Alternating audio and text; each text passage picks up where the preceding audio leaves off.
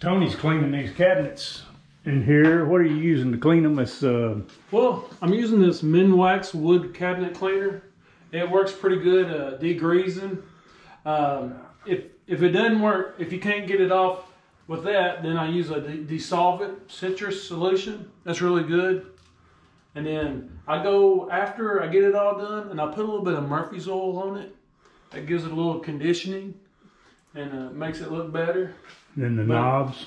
The knobs, I use Brasso. It's a metal polish. Man, it does the job. I'll show you one. This is before, and this is after. Wow. And I like to let it set. If you can see, I've got a couple setting here, and I let it set for about 10-15 minutes.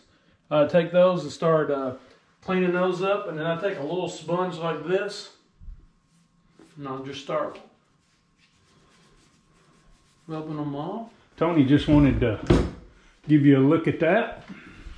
So guys, I hope you enjoyed our little cabinet cleaning segment. Y'all have a blessed day.